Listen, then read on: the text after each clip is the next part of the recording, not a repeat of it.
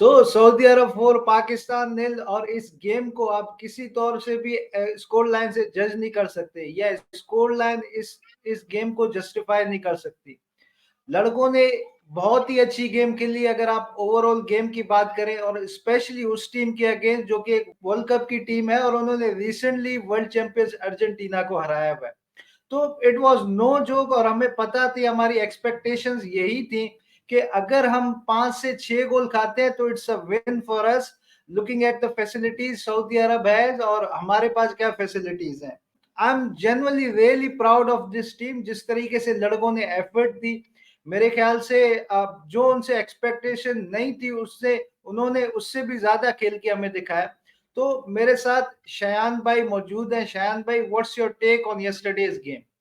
तो मैं ये कहना चाह रहा था कि यार आई एम एक्सट्रीमली प्राउड, और दूसरा ये है कि मैंने कुछ कमेंट्स देखे हैं जो बड़े नेगेटिव कमेंट्स हैं। ऑब्वियसली हमारा मीडिया भी करता है, पाकिस्तान की आवाम भी करती है, जो फेसबुक पे 40 साल के बुढ़े अंकल्स हैं जिन्होंने आज तक फुटबॉल को कभी गौर से नहीं देखा।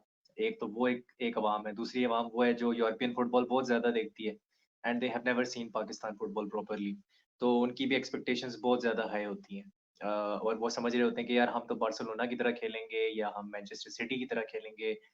आई हैव ऑलवेज सेड कि अपनी एक्सपेक्टेशंस जो हैं उसको लो रखना चाहिए, और एक्सपेक्टेशंस इसलिए लो रखनी चाहिए क्योंकि आपके पास, मैं बता-बता के थक चुका हूँ कि एक तो लीग नहीं है, पहली बात तो ये। सेकंडली आपके इस स्टार्टिंग 11 में 6 लोकल प्लेयर्स खेल रहे थे। जो लोग ये नैरेटिव बेच रहे हैं और जो ये मंजन बेच रहे हैं कि यार सऊदी अरेबिया तो बी टीम के साथ आप हारे हो 4-0, बी टीम थी या सी टीम थी, जो भी टीम थी, आप ये देखें कि ये जो अल गामदी है, ये खेलता है अल इत्तेहाद में, if I am not wrong. Al Ittihad में कौन खेलता है? करीम बेंजेमा, फेबिनियो, एंगोलो कांटे। आधी से ज़्यादा अवाम ने, मेरे ख़्याल से, जो यूरोपियन फुटबॉल नहीं देखती, उन्होंने कांटे का कभी नाम भी नहीं सुना होगा। उन्होंने कभी सुना ही नहीं होगा कि ये कौन है भाई, एंगोलो कांटे कौन है? तो इस तरह की अवाम है जो कि कमेंट्स आके कर रही होती है जी कि सऊदी अरेबिया की बी टीम से आप हार गए हो, और इस तरह का नैरेटिव बेच रही होती है। उसके बाद फिर एक वो हमारे यहाँ पे एक सोसाइटी है जो डायस्पोरा प्लेयर्स को फ़ज़ूल में पकड़ के ज़लील करती है। जब उनका दिल करता है वो डायस्पोरा प्लेयर्स को जाके टारगेट कर देते हैं। लेकिन वो कभी ज़हमत नहीं करते कि यार हमें पूरा मैच बैठ के देखना चाहिए। और मैंने ये मैच 2 बार बैठ के देखा है, 90 मिनट्स। एंड देखो, I I am extremely proud of every individual. और हाँ, ठीक है, कुछ हमसे इंडिविजुअल मिस्टेक्स हो गई हैं, लेकिन हम किसी एक प्लेयर को पकड़ के सिंगल आउट नहीं कर सकते। चाहे वो लोकल हो, चाहे वो डायस्पोरा प्लेयर हो, किसी एक प्लेयर को आप पकड़ के सिंगल आउट नहीं कर सकते। क्योंकि आप एक ऐसी साइड के खिलाफ खेल रहे हो जिसकी या बी टीम है या सी टीम है, मान लेते हैं हम। वो करीम बेंज़ेमा के साथ खेलती है, वो रोनाल्डो के साथ खेलती है। गरीब जब आया है, वो रोनाल्डो के साथ खेलता है। मोहम्मद मारान खेल रहा था, रोनाल्डो के साथ खेलता है। उनके 2 प्लेयर्स हैं, अली मुख्तार था एक, if I am not wrong, और एक उनका सेंटर बैक था। वो खेलते हैं जी अल फाते के लिए। अब अल फाते में कौन खेलता है? जेसन डिनायर, बेल्जियम के लिए 35 उसकी इंटरनेशनल कैप्स हैं, ठीक है? लियोन के लिए 102 मैचेस वो खेल चुका है जेसन डिनायर। उसके साथ क्रिस्टियन टेलो, बार्सिलोना फैन्स जानते होंगे कौन है क्रिस्टियन टेलो। 70% पाकिस्तानी अवाम को पता ही नहीं होगा क्रिस्टियन टेलो कौन है। 59 अपीयरेंसेस हैं उसकी बार्सिलोना के लिए, 11 मैचेस, 11 गोल्स मार चुका है वो बार्सिलोना के। तो वो क्रिस्टियन टेलो और जेसन डिनायर के साथ उनका जो सिंगल पिवट वाला जो प्लेयर था, जो सिंगल पिवट में खेल रहा था 3-1-4-2 में, वो अली मुख्तार है, वो उनके साथ खेलता है, क्रिस्टियन टेलो के साथ और जेसन डिनायर के साथ। मैं कह रहा था ये बात आपको पता नहीं होगी, तो वही वही चीज़ है। अगर हम फर्स्ट हाफ की बात करें तो अगर आपने फर्स्ट हाफ की परफॉर्मेंसेस देखी हो सारे लड़कों ने, और हमने तो देखी थी, हमने 7 गेम देखा था। फर्स्ट हाँ, हाफ में हमारा जो एक डिफेंसिव जो शेप था वो बहुत बेहतरीन था, और हमारी जो प्रेसिंग भी थी वो भी काफी इंप्रेसिव थी। देखिए, या चीजें ओवरनाइट ठीक नहीं होती, चीजें जो है राइट डायरेक्शन में जाने के लिए उनको टाइम लगता है। और इन बिल्कुल, गेम से, और कंबोडिया के अगेंस्ट गेम से, और ये जो सऊदी के अगेंस्ट कल गेम हुई है, मुझे लग रहा है कि हाँ, हम एक राइट डायरेक्शन में जा रहे हैं, लेकिन ओवरनाइट कुछ भी चीज ठीक नहीं होगी। सबसे पहली बात तो ये कि we I don't think so कि we were not that good under Shahzad Anwar. ठीक है, उन्होंने टीम के साथ काम किया होगा, उन्होंने टीम बनाने के लिए मेहनत की होगी, लेकिन हुँ, डिफेंसिव शेप की अगर आप बात करें, अगर आप ओवरऑल टीम परफॉर्मेंसेस की बात करें, लास्ट इंजरी टाइम के जो 2 गोल लगे हैं उनको आप छोड़ के अगर ओवरऑल टीम की बात करें, तो आई थिंक ये बहुत ही सॉलिड परफॉर्मेंस थी अगेंस्ट सऊदी अरब। आप लोगों को पता होना चाहिए कि सऊदी अरब की रिसोर्सेज और आपकी रिसोर्सेज कितनी ज़्यादा है और आपकी कितनी कम है। व्हाट्स योर टेक शैन हुँ। भाई? बिल्कुल यार, रिसोर्सेज़ तो हैं और मैं यहाँ पे स्टेफन कॉन्स्टेंटाइन को थोड़ा-सा ना मैं तारीफ़ करना चाहता हूँ कि यार उसकी वज़ह से हमने सऊदी अरेबिया को 90 मिनट तक 2-0 रखा। आज मैं एक इंडिया के जो सबसे बड़े यूट्यूबर हैं, क्या नाम है, ज़ीशान, टॉक फुटबॉल एचडी, उनको मैं सुन रहा था। उन्होंने कहा कि इगोर स्टिमैच जो उनका इंडिया का मैनेजर है, उन्होंने एक उससे एक पत्ता निकाला है बुक से, फेदर निकाला है बुक से, कॉन्स्टेंटाइन की किताब से। और उन्होंने किया ये है कि वो लो ब्लॉक में बैठे हैं, मिड ब्लॉक में बैठे हैं और फिर उन्होंने काउंटर अटैक पे कुवैत को हराया है और उनको ब्लिस्टरिंग पेस के साथ मारा है, क्योंकि छांगते हम सबको पता है कि वो बेंच से उठ के आया था। तो वो काफ़ी स्टेफन कॉन्स्टेंटाइन की तरह खेलने की कोशिश की है, डायरेक्ट स्टाइल ऑफ प्ले खेलने की कोशिश की है इंडिया ने भी कुवैत के खिलाफ, और वही स्टेफन कॉन्स्टेंटाइन की फिलॉसफी और उसका मंत्र है। यार हमारी शेप बहुत अच्छी थी। I was very happy with the shape, specially मैं कहूँगा 80 मिनट तक, 80 मिनट्स तक हमारी शेप बहुत अच्छी थी। उसके बाद फिर हम कुछ ज़्यादा खुलना शुरू हो गए थे। 1-2 सब्स्टिट्यूशंस भी हुई थी, जिसकी वजह से थोड़ा-सा शेप जो है वो थोड़ा-सा हिल गई थी और कुछ इंडिविजुअल एरर्स हुए हैं जिसकी वजह से हमने आखिरी के 2 गोल खाए हैं। देखिए, मैं यहाँ पे ओवर क्रिटिकल नहीं होना चाहता, लेकिन इवन मैं ये समझता हूँ कि हमारे जो फुल बैक्स हैं, उनकी फिज़िकल फ़िटनेस उस लेवल की नहीं है जो इंटरनेशनल लेवल पे होनी चाहिए। वो दोनों, जुनैद शाह और मैं राओ हयात, दोनों की बात कर रहा हूँ, वो बुली हो रहे थे। आखिरी 15 मिनट में, 80 मिनट के बाद मुझे ये फ़ील हुआ कि उनको वो फिज़िकली बुली करना शुरू हो गए थे। जो लेफ्ट विंग बैक था और उनका जो राइट विंग बैक था, जो विंगर्स थे, क्योंकि वो 3-5-2 में खेल रहे थे सऊदी अरेबिया वाले। तो या आप कह लो 3-1-4-2 में। तो वो जो था ना, थोड़ा-सा लग रहा था कि लैक ऑफ फिज़िकल फ़िटनेस है। वेंगुर्ला ने भी बड़ी मज़े की ट्वीट की थी कि पाकिस्तान टीम को जो है वो एक इमरजेंसी जो है ना, फुल बैक की फुल बैक्स की ज़रूरत है। राइट बैक और लेफ्ट बैक दोनों की। तो जो भी जो भी खेलना चाहता है वो अपनी सीवी भेज दे और वो किसी अच्छी डिसेंट लीग में खेलता हो, बाहर की किसी लीग। तो यही है। अच्छा, अगर अब हम बात करें सबसे पहले स्टार्टिंग लाइनअप की, तो मुझे लगता है कि ये आपकी बेस्ट स्टार्टिंग लाइनअप थी, क्योंकि जिस फिलॉसफी हुँ, से कंसिस्टेंट जा रहे थे गेम में, वो ये थी कि हमने 50-60 मिनट तक जितना हो सके सऊदी अरब को रोकना था स्कोर करने से, हुँ, एंड वी ऑलमोस्ट सक्सीडेड। मतलब एक गोल हाफ बिल्कुल। टाइम में इज नॉट अ जोक। आप सऊदी अरब की टीम हुँ, के अगेंस्ट खेल रहे हो। और हुँ, सेकेंड हाफ की जो स्ट्रेटेजी थी वो ये थी, मुझे लगता है कि हारून हमीद और इमरान कियानी दोनों बेंच से आएंगे and then we will hmm, attack against the Saudis. तो हुँ। आपको क्या लगता है, मतलब इस गेम को देखने के बाद, इस स्पेशली स्टार्टिंग 11 के बारे में? यार मैं यहाँ पे कोई, मेरे पास 4 पॉइंट्स हैं जो मैं बोलना चाहूँगा और थोड़ा-सा मैं लंबा अभी इसको मैं खींचूँगा। बात ये अच्छा, है कि देखो एक एक पॉइंट मैं ऐड करता चलूँ, फिर मैं आपका जवाब ज़रूर लूँगा। वो ये कि अगर आपने गेम देखी हो तो हमारे प्लेयर्स जो होते हैं वो 60 मिनट के बाद, मतलब उनमें वो स्टैमिना नहीं रहता, जो कि मैच शुरू हुँ, होते वक़्त उनमें रहता है।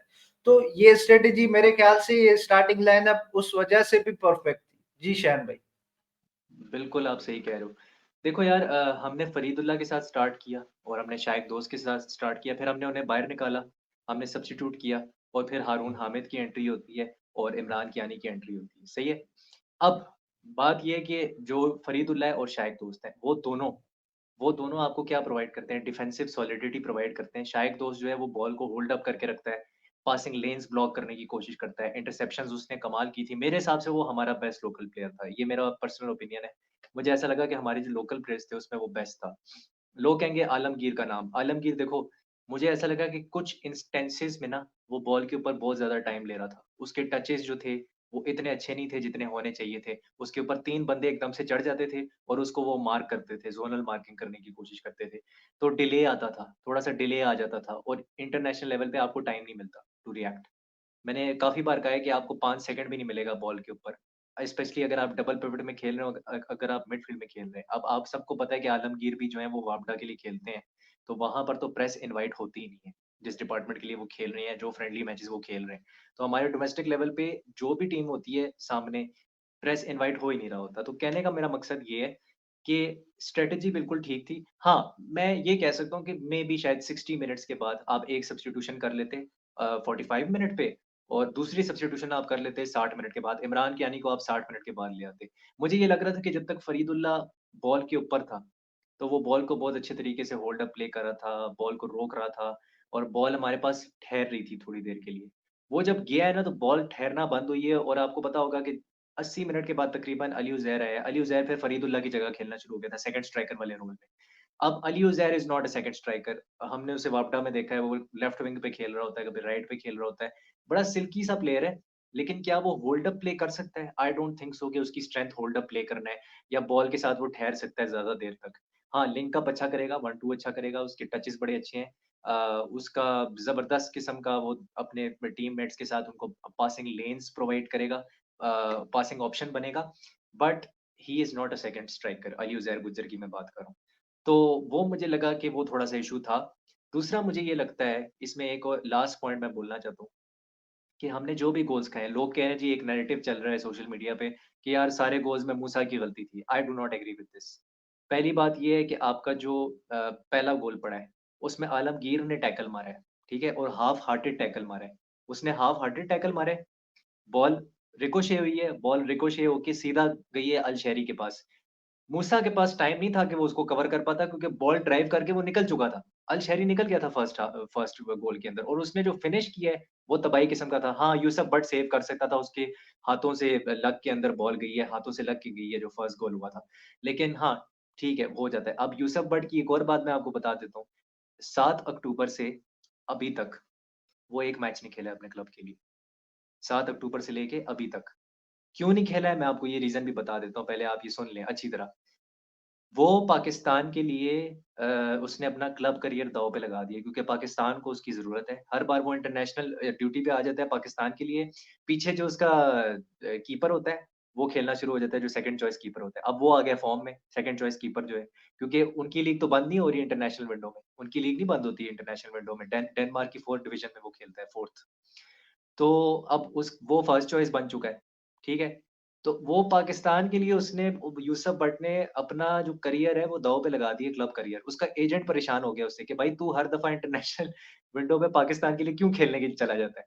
तो ये चीज़ है और कल उसने बड़ा ज़बरदस्त परफ़ॉर्म किया मेरे हिसाब से। ठीक है यार, 1-2 गलतियाँ हो जाती हैं, बट ये भी तो देखो, you are playing against Saudi Arabia, right? और रोके भी और हैं, ऐसा ये नहीं है। हाँ, रोके भी हैं उसने। मेरे ख़्याल से 7-0 हो सकता था अगर वो ना करता। एक तो उसके सर से लग के गई थी बॉल, मुझे अच्छी तरह याद है। उसने अपनी बॉडी पूरी इस तरह बड़ी करके यूज़ किया उसको। दूसरे गोल पे मैं आना चाहता हूँ, जो आपका सेकंड गोल था। ऑब्वियसली देखो वो पेनल्टी थी, आपने फर्स्ट हाफ के शुरू में ही आपने पेनल्टी कंसीड कर ली। मैं चलो उस पे मान लेता हूँ वो मूसा की गलती थी। येस, वो एक इंडिविजुअल एरर हुआ, उसका लैप्स ऑफ कंसंट्रेशन हुआ, उसने उसके साथ रेसलिंग करना शुरू कर दी। इट हैपेंस, इट हैपेंस, कोई इतना बड़ा मसला नहीं है। तीसरा जो गोल है, वो गलती है जुनैद शाह की, उसमें मूसा की मैं गलती नहीं कहूँगा, क्योंकि जुनैद शाह को चीरता हुआ गया है, वो जो राइट विंगर है उनका क्या नाम है, आई थिंक अब्दुल हमीद था, राइट विंग बैक जो खेल रहा था और उसने पास दी है और फिर आपने देखा ही है, आपके सामने गोल पड़ा है, जो गरीब ने जिस तरह का फिनिश किया है भाई, इतना पिन पॉइंट वो फिनिश था, मुझे नहीं लगता वो कोई भी कीपर रोक सकता था, जिस तरह का वो पिन पॉइंट फिनिश किया है। सो वो हमें पता है। फिर मैं आता हूँ चौथे गोल पे, ये जो लास्ट वाला गोल है। लास्ट गोल में उमर राव हयात रेसलिंग करने की कोशिश कर रहे हैं लेफ्ट विंगर से और बॉल वहाँ से निकल गई है और फिर वो अंदर कट इन हुआ है और उसने आराम से वो कर दिया। अब उसमें आखिरी बंदा जो था मूसा था, तुम मूसा को तो देख रहे हो, तुम वो नहीं देख रहे जो राव उमर हयात ने कर दी है। वो निकल गया उधर से। तो आई थिंक आप सिर्फ मूसा को नहीं ब्लेम कर सकते। हाँ, सेकंड गोल में आई एग्री, उसकी गलती थी, बट यार वो किसी से भी हो सकती थी। तो यही बात है।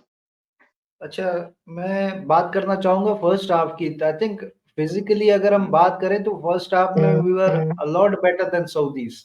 फिज़िकली अगर मैं बात करूँ और आई थिंक टो टू बिल्कुल। टो जाना एक ऐसी टीम के against is not a joke. और स्पेशली मैं बात करूँगा, जो मुझे एक चीज़ जो लगी कल के गेम में, कि हमारे लड़के जो हैं वो ज़्यादा पासेस, मतलब पासिंग एक्यूरेसी जो है वो लैग कर रहे हैं हमारे लड़के। एक आधा पास करते हैं बिल्कुल, तो दूसरा तीसरा पास उससे नहीं होता।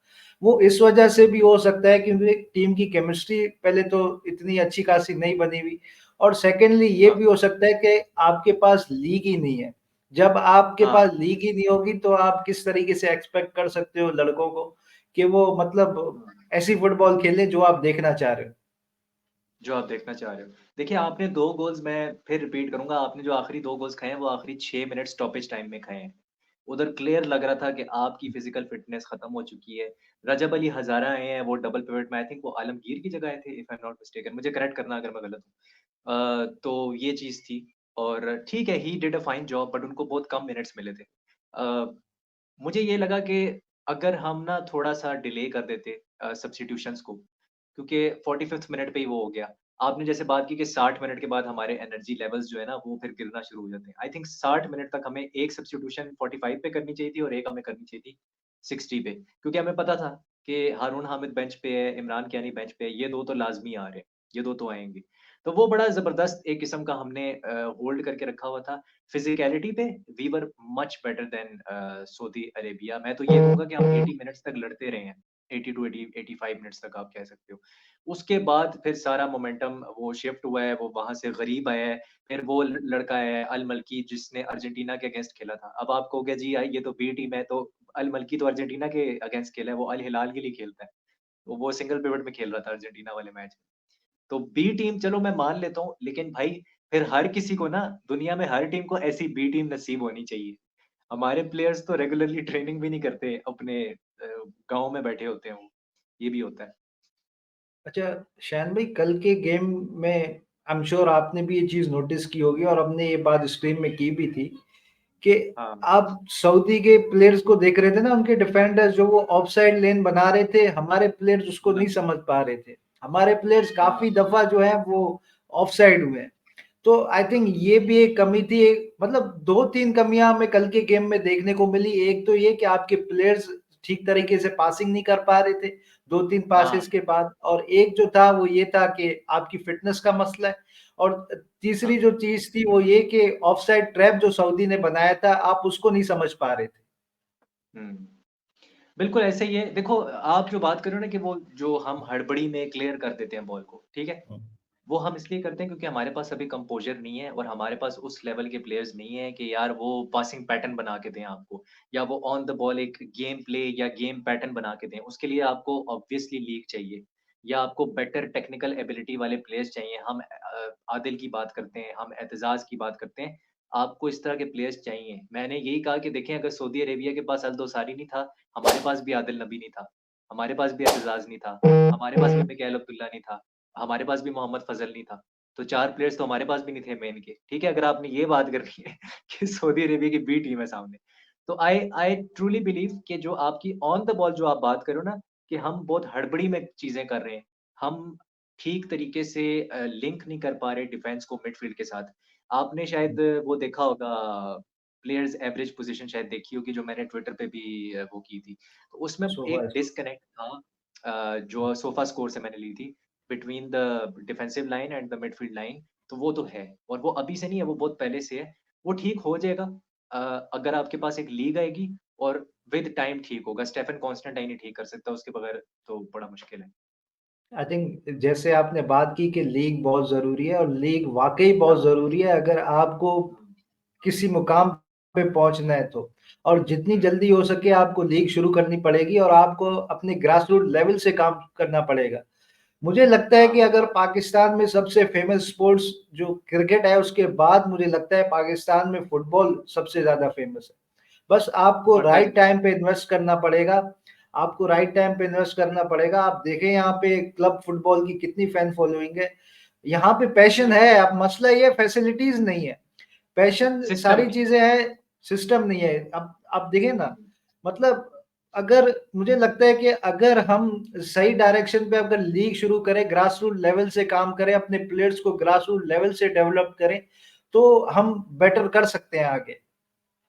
बिल्कुल कर सकते हैं, बिल्कुल, डेफ़िनिटली। अच्छा, अब्दुल्ला अब्दुल्ला इकबाल के बारे में मैं बात करना चाहूँगा। I think he is a beast of a defender. मुझे लगा कि ईसा के ना होने से ना हमें बहुत मसले होंगे डिफेंस में, लेकिन हुँ, उस तरीके से उसने मतलब बहुत अच्छी तरीके से हैंडल किया। एंड आई होप हाँ, कि कोई सऊदी का स्काउट कल के गेम को देख रहा हो स्पेशली हारून हमीद ने जिस तरीके की परफॉर्मेंसेस दी, अब्दुल समद जिस तरीके से खेल रहा था, आई थिंक अगर मैं बात करूं अब्दुल्ला इकबाल की, तो he deserves to play for a big club. If not the big club, बिल्कुल देन टियर 2 की टीम्स में तो एटलीस्ट खेल सकता है शायद भाई। यार, बिल्कुल खेल सकता है। मेरी नज़र में आई थिंक अगर मैं कल जितने भी प्लेयर्स का नाम लूँ, यूसुफ भट्ट, अब्दुल समद अरशद, अब्दुल्ला इकबाल, रईस नबी, अमेजिंग परफॉर्मेंस, बहुत अच्छा खेला वो कल। शाइक दोस्त, मैं थोड़ा-सा एक्सप्लेन करता हूँ कि रईस नबी क्यों अच्छा खेला। यार, मुझे लग रहा था कि वो जिस तरह के लास्ट डिच टैकल्स मार रहा था, जिस तरह से वो कवर कर रहा था डिस्टेंस को, ग्रास की ब्लेड को वो कवर कर रहा था, और जो भी स्पेसेस छोड़ रहा था हमारे मिडफील्ड में, या हमारा स्ट्रक्चर अगर डिसओरिएंट हो रहा था, उसमें वो अपनी फिजिकलिटी यूज़ करके, he is a very physical player, और कल हमें वो दिखा है कि यार रईस नबी ने बहुत बहुत इम्प्रूव किया है, जब से उसने क्लब जॉइन किया। अब देखें ना, क्लब का क्या फ़ायदा है? उसने सिप्रस की सेकंड डिवीज़न में क्लब जॉइन किया, उधर वो गोल्स मार रहा है, उसका कॉन्फिडेंस वापस आ गया है, और वो इस मैच में भी he stood out for me. मेरे हिसाब से बड़ा ज़बरदस्त खेला वो। शाइक दोस्त बहुत अच्छा खेला। He only played 45 minutes, he played really well. Alamgir, यार मुझे बस ये लगता है कि उसको थोड़ा-सा ना बेटर करना पड़ेगा कि यार बॉल को जल्दी रिलीज़ करो। बॉल को जल्दी रिलीज़ नहीं करोगे तो आपसे बॉल छीन ली जाएगी, उसके बाद क्या होगा, काउंटर अटैक पड़ जाएगा। अगर आप मिडल ज़ोन में बॉल को लूज़ कर दोगे, तो आपको काउंटर अटैक पड़ेगा, ये तो होना है। फिर आपके जो फुल बैक्स हैं, वो एक्सपोज़ हो जाते हैं, वो थोड़े-से खिंच जाते हैं, जुनैद शाह, राउमर हयात दोनों। तो वो हुआ, बट उसको ना जब भी वो खींचते थे थोड़ा-सा आगे, अब्दुल्ला इकबाल पीछे खड़ा होता था। वो पीछे आके डिफेंड करता है, आके कवर करता है चीज़ों को, अपनी बॉडी चेक करता है, बॉडी यूज़ करता है कि भाई मेरे से no one gets past me. So yeah, he was definitely candidate of best performers, one of the best performers for Pakistan, definitely. Now we are playing Tajikistan on Hmm. 21 नवंबर, ठीक है ना, जिन्ना Hmm. स्टेडियम। सबसे पहले तो मैं ये कहना चाहूंगा कि जो इस्लामाबाद में है या जो नजदीक है, must go there and support your team, और अपनी एक्सपेक्टेशन जरा लो रखें। आप ये एक्सपेक्ट हाँ, नहीं करें कि आपकी पाकिस्तान की टीम आपकी किसी यूरोपियन टीम की तरह खेलना शुरू हो जाएगी, या कंसिस्टेंट जो है वो आपको ओवरनाइट वो जो जिडान वाले काम करना शुरू हो जाएगा। देखिए, एक बात हमें माननी पड़ेगी, अगर जिडान मैनेजर था तो जिडान के पास एक सिस्टम भी था। अगर डी जर्बी मैनेजर है तो डी जर्बी के पास एक सिस्टम है। अनफॉर्चुनेटली सिस्टम, हमारे पास सिस्टम नहीं है। आप अपनी एक्सपेक्टेशंस स्टेडियम और लोअर रखें। इंफ्रास्ट्रक्चर भी है ना, इंफ्रास्ट्रक्चर देखिए भी ना, है। हाँ, अब शैन भाई, what are you expecting from that Tajikistan game? यार देखो, अगर हम 2-1 से हारते हैं ना, या 3-1 से हारते हैं, I will take it. I will be very honest with you, I will take it. इन लड़कों को ना अभी जेल होने में थोड़ा टाइम लगेगा। यू नो कि अभी ओटिस जो है वो भी वापस आया है फीफा क्लियरेंस करके बाद, उसका बड़ा मसला हो गया। कल मुझे लगा कि ओटिस ने जो इन बिहाइंड रन्स निकाले हैं, और जो इन बिहाइंड रन्स निकाल रहा था अब्दुल समद अरशद, मैं सेम एक्सपेक्ट करूंगा ताजिकिस्तान के अगेंस्ट कि इसी तरह के इन बिहाइंड रन्स ओटिस और अब्दुल समद निकालेंगे। ओटिस आपको पता है फर्स्ट हाफ में राइट पे खेल रहा था, फिर वो लेफ्ट पे चला गया सेकंड हाफ में, जो कि उसकी नेचुरल पोजीशन जो है वो लेफ्ट विंग है। तो उसी तरह हम खेलें और हम डैमेज क्रिएट कर सकते हैं। आपको ये बात ध्यान में रखनी पड़ेगी कि उनका एक प्लेयर है जिसने गोल मारा था, ताजिकिस्तान का जो गोल उसने मारा है, 1-1 हुआ है ना ताजिकिस्तान जॉर्डन का। जिसने गोल मारा है वो पता है किसके लिए खेलता है? वो खेलता है टर्की में फेनेrbahce के लिए, ठीक है? फेनेrbahce। जी तो जी जी जी। बात इतनी सी है कि 21 ईयर ओल्ड उनके प्लेयर्स हैं, 20 ईयर ओल्ड प्लेयर्स हैं, 19 साल के उनके प्लेयर्स हैं, यंग यंग प्लेयर्स हैं उनके पास। और यूथ और उसका बड़ा अच्छा एक्सपीरियंस है, क्या कहते हैं, एक्सपीरियंस, यूथ और एक्सपीरियंस का बड़ा अच्छा ब्लेंड है। और I think we can give a tough fight. उनके 5-6 प्लेयर्स हैं जो कि ईरान की लीग में खेलते हैं। कोई पर्सिपोलिस के लिए खेलता है जो कि ईरान का क्लब है। कोई खेलता है इस्ताक्लोल एफसी के लिए। तो ईरान में बड़े प्लेयर्स हैं ताजिकिस्तान के, और उनकी लीग बहुत तगड़ी है यार भाई भाई, बहुत तगड़ी उनकी लीग है। शैन सो भाई, yes. Lastly I want to take your comments on Indian football. कल जो इंडिया हाँ, का गेम हुआ कुवैत के साथ, आई थिंक मेरे लिए तो ये ऐसा शौक नहीं था, क्योंकि जिस तरीके से मैं इंडियन फुटबॉल की राइज को देख रहा हूँ, सबसे हाँ, पहले तो बहुत बहुत मुबारक हो भाई इंडियन इंडियन फुटबॉल टीम को, बिल्कुल, उनके कांग्रेचुलेशंस। सपोर्टर्स को। मतलब जो आपकी डेवलपमेंट हुई है इन रिसेंट ईयर्स में, और जो जिस तरीके का आप फुटबॉल खेल रहे हैं, तो एप्रिसिएशन तो बनती है। शान भाई what's your take on this? और मैं बिल्कुल भी शॉक नहीं हूँ कि कल वो कुवैत से जीते हैं, ये एक्सपेक्टेड था मेरे लिहाज से। पहले तो इंडिया ने कल थोड़ा-सा स्टेफन कॉन्स्टेंटाइन की तरह खेला है। थोड़ा-सा उसको कॉपी करने की कोशिश की है और आई वुड से ये ख़ैर मैं बिल्कुल लाइटर नोट पे कह रहा हूँ। आई वुड एक तो आपको पता है जैसे कि हमारे यहाँ पे उनका जो इंडिया का जो पूरा एक आपको पता ही है कि कैसे फुटबॉल ग्रो हो रही है वहाँ पे। एंड वो इसलिए ग्रो हो रही है क्योंकि उन्होंने 25 साल अच्छी-खासी मेहनत की है। छांगते ने स्टार्ट नहीं किया था। मुझे लगा था कि छांगते स्टार्ट करेंगे, उन्होंने स्टार्ट नहीं किया बट उनको जिस तरह से वो लेकर आए हैं और जैसे लेफ्ट विंग पे यूज़ किया छांगते को, इट वाज़ ब्रिलियंट। मोहन बगान के मनवीर सिंह ने गोल मारा और हम बात ये कर रहे थे कि जो मिडल ईस्ट की जो टीम है, उसको 10 साल में मेरे ख्याल से पहली मर्तबा अवे फ्रॉम होम इन्होंने हराया है। तो वो that is a history in itself और ये वाहिद साउथ एशियन टीम थी, जो कल जीती है। नेपाल भी हार गई, बांग्लादेश भी हार गई, पाकिस्तान भी हार गई। तो यार साउथ एशिया के लिए ये डेफ़िनेटली बड़ा अच्छा है और मुझे ये लगता है कि कल एक मैं बात करना चाहता हूँ अपूया। अपूया इतना डीप खेल रहा था अपने सेंटर बैक्स के बीच में बैठकर इतना डीप उसे मैंने खेलता हुआ कभी नहीं देखा। वो एक बॉक्स टू बॉक्स मिडफ़ील्डर है, जैसे हम जॉर्डन हेंडरसन की कभी-कभी बात करते हैं। बड़ा प्रेस रेजिस्टेंट प्लेयर है, but he was a, acting like an anchor man और वहाँ से वो बॉल स्प्रेड कर रहा था अनवर अली की तरह। तो फैंटास्टिक था यार मतलब बहुत खुशी भी हुई है इंडिया के लिए एंड उनको बस अब 2 मैचेज़ और जीतने हैं। I think if they win the next 2 games Afghanistan के साथ जो दोनों लेग्स हैं, they will be in the round 3 easily. बिल्कुल, और कोई इस पे किसी को सरप्राइज़िंग भी नहीं था किसी के लिए कि इंडिया हाँ, जो है वो राउंड 3 के लिए क्वालीफाई करेगी। शान भाई, thank you so much for your time. और मैं सिर्फ़ इतना कहूँगा कि जो ताजिकिस्तान के अगेंस्ट गेम है, प्लीज़ जाएँ अपनी टीम को सपोर्ट करें और जितना हो सके अपनी एक्सपेक्टेशंस लोअर रखें। और आई होप कि will see a better football, क्योंकि आहिस्ता-आहिस्ता चीज़ें इम्प्रूव हो रही हैं। शान भाई, lastly, thank you so much for your time. यार एनी टाइम और आप आएँ, सारे आएँ ताकि कम से कम हो सकता है आपकी सपोर्ट की वज़ह से हम एक ड्रॉ क्या पता निकाल लें, फुटबॉल में कुछ भी हो सकता है।